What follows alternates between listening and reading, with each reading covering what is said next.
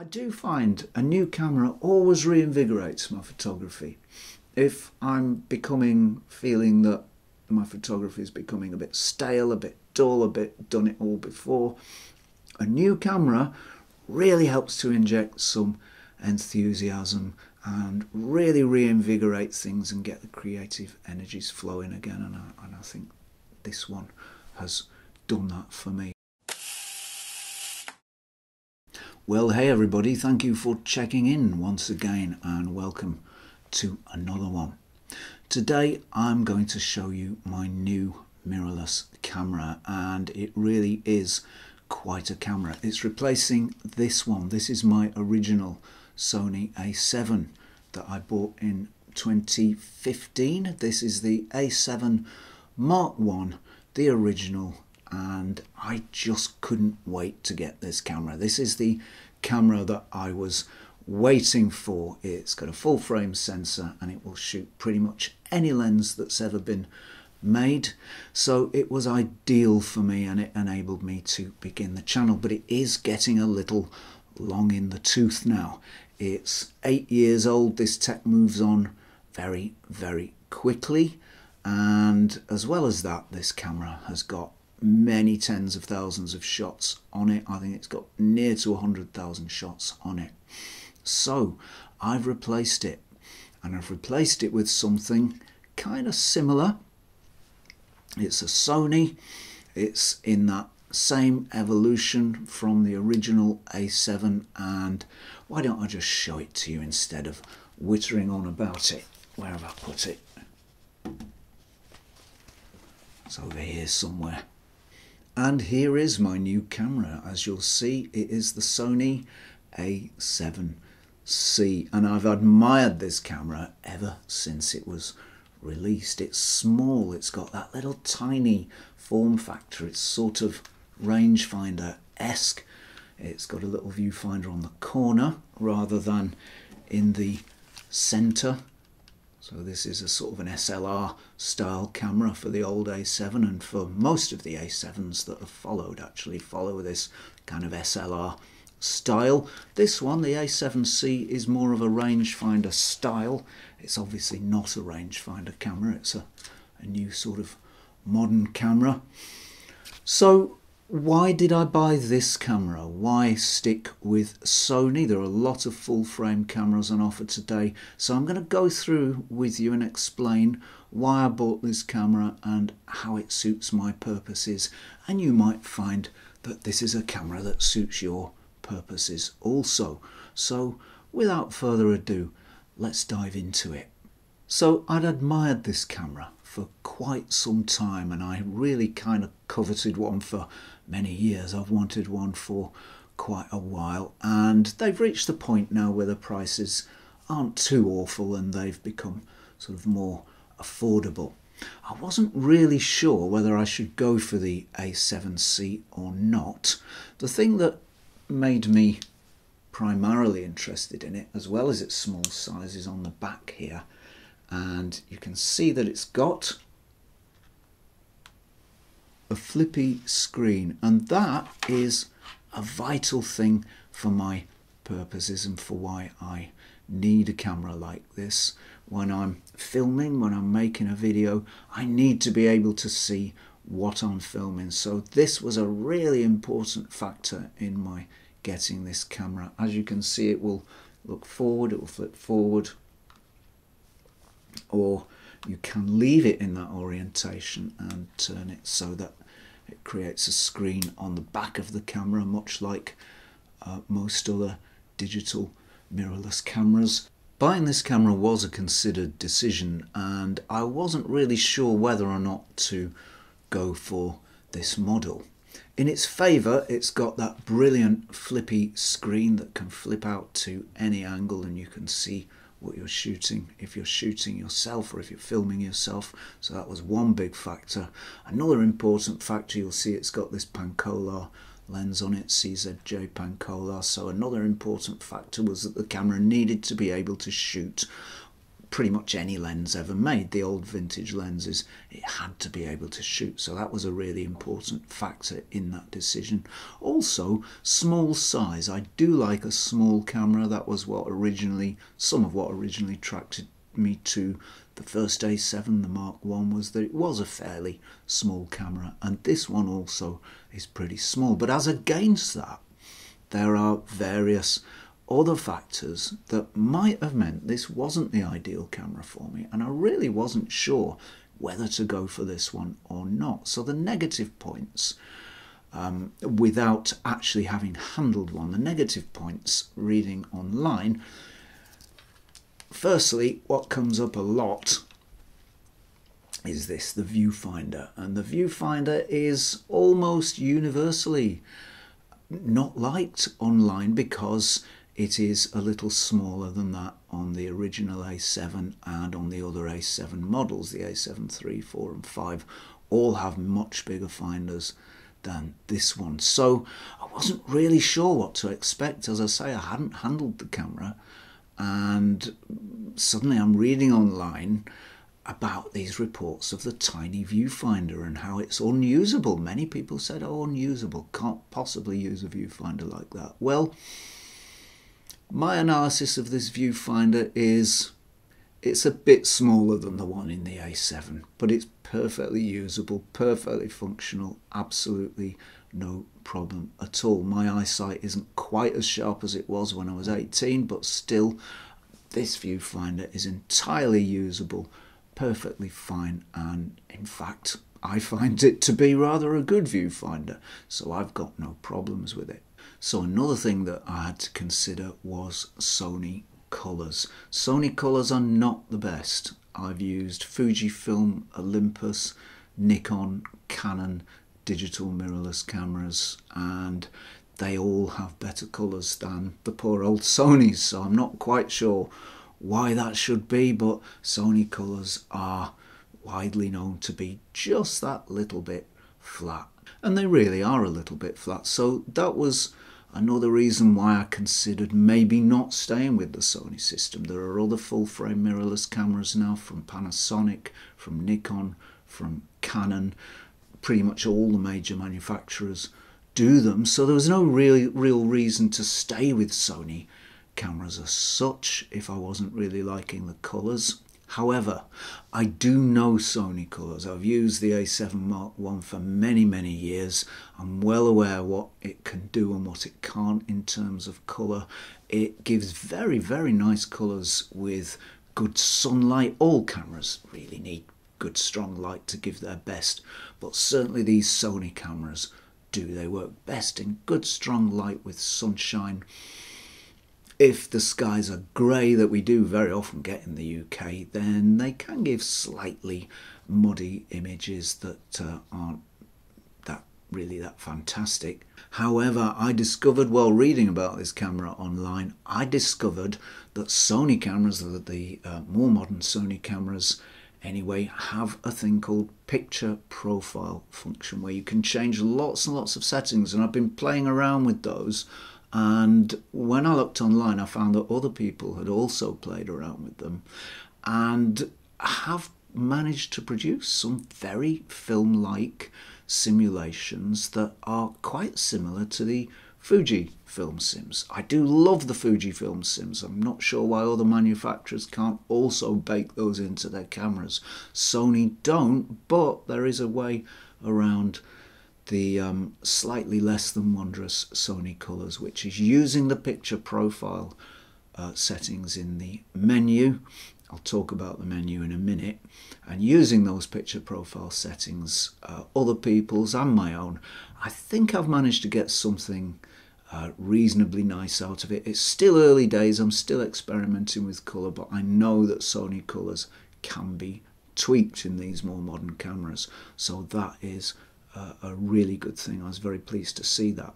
Okay, menus, let's talk about menus. Here is the menu on this camera, and a lot of the chat online speaks of how poor this menu system is, and having used it, it's dreadful. It's awful. It's absolutely dreadful. Things are not where you expect to find them.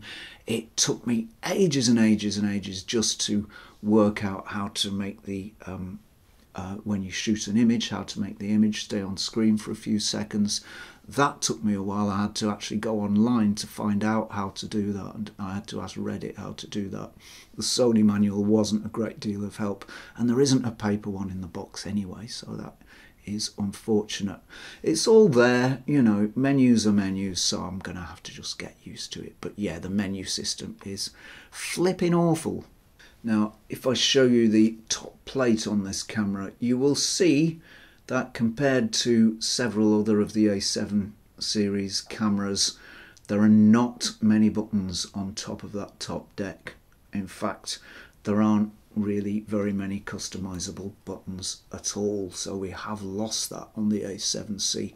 The original A7 has quite a few more. Let's have a look. Yeah, so we've got a custom button there, customizable button there. We've got lots of controls on the back that are customizable, and we've got a wheel on the front there that the A7C doesn't have. The A7C lost the front control wheel. So it could be, perhaps one might think, that the control system is not as good on the A7C, and it might be a little tricky and cumbersome to work and to operate.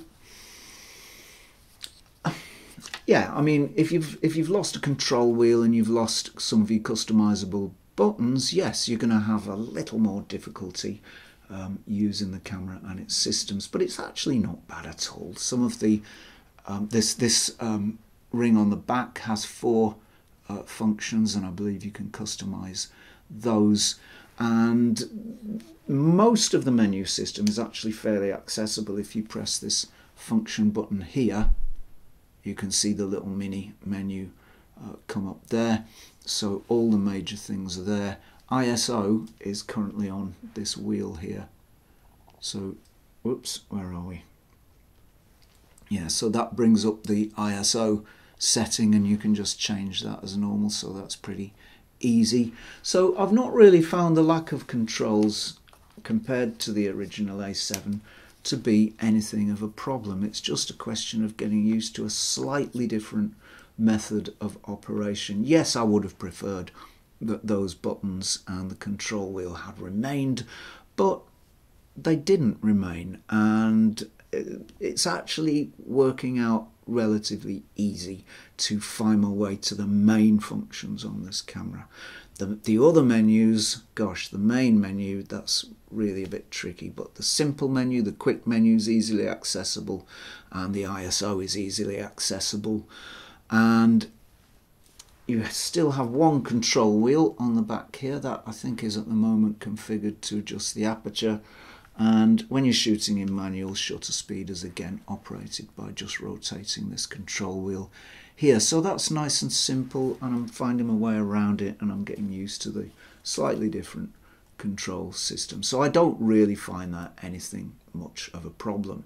Will lenses look too big on this camera? Well, it's a full frame camera. Full frame lenses are pretty large. They're certainly larger than APS-C or Micro Four Thirds lenses. So I wondered if maybe this small camera might look a bit ridiculous with a 135 vintage lens on it, or a longer modern lens. But no, it doesn't. It doesn't look ridiculous. Long lenses are long lenses, and they are what they are, and the camera is the size it is. So, if I want to use a long lens, there's just going to be a bit more lens than camera. And that was always the case with the original A7. At the moment it's rocking this nifty little 40mm from Viltrox, and that's nicely proportioned, but you can see that, put a longer lens on there, you do lose the proportion. So I can't see there's too much difference in that regard. Whether the cameras are the same size or not, I've not actually checked, so let's have a look. Yeah, so they're about the same width, and the A7C is rather deeper here. The A7 is actually fairly narrow and fairly slim in its front to back direction. So this one, the A7C, is very much meatier than this one, and it does feel pretty substantial to hold. The grip is a bit smaller, but my hands are not very big anyway, so it's fine for me. I can, I find I can grip it and hold it no problem at all. So those elements, those things didn't cause me any problems. So why stay with the Sony system? I could have moved to an entirely different full frame system and shot vintage lenses on one of those. The Panasonic system's a good system.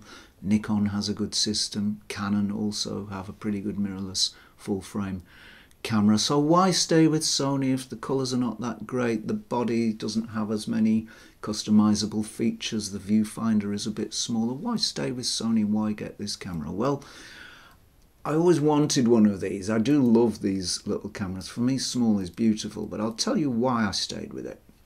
Why I stayed with Sony. Firstly, I've got loads and loads of Sony adapters. I've got lots of E-mount adapters, about 15 or 20 of them. I could have replaced them all.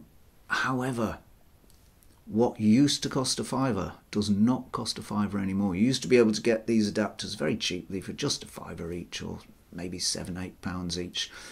Now they'll cost around about £20 each, and if I had to replace 15 or 20 of those, well, that's quite a significant sum of money. So that was another reason for staying with Sony. This one has the flippy screen. That was another reason. Another major reason was that I'm going to use this camera to shoot videos with, to shoot the YouTube videos with. Sony has the best autofocus in the business. They really are fantastic. It's uncanny. I've seen that word used a lot online about the abilities of Sony cameras in the autofocus department. Uncanny, a lot of people say, and it really is uncanny. It just doesn't fail. It's absolutely spot on. I've not had a single point where I've been filming. This is thinking of video now and shooting YouTube videos. I've not had a single point where the camera has lost focus. I was previously shooting with a Fujifilm X-T3, which does do nice video. However, it's lately been letting me down with its autofocus, and I made a video a couple of weeks ago using it, and there were big areas in this video that I had to cover up with images and so on because the camera had just lost focus, and you couldn't see anything. It was all out of focus, and it didn't regain focus for 3 or 4 minutes.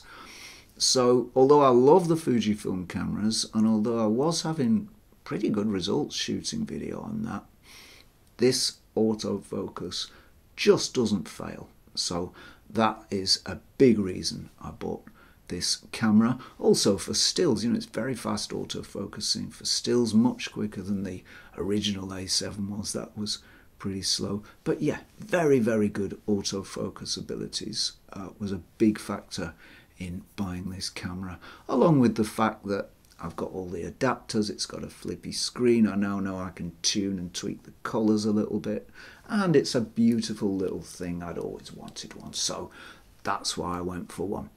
This camera is going to be a workhorse. It's got lots and lots of work to do. The original A7, let's have a look at it. This is shot getting on for 100,000 shots now, most of them for images for this channel, so it's really done its work. It's paid for itself many times over, and it's a testament to the quality of these Sony cameras as well, that it's still going, no problems at all, and it's in full working order still, so that's really cool.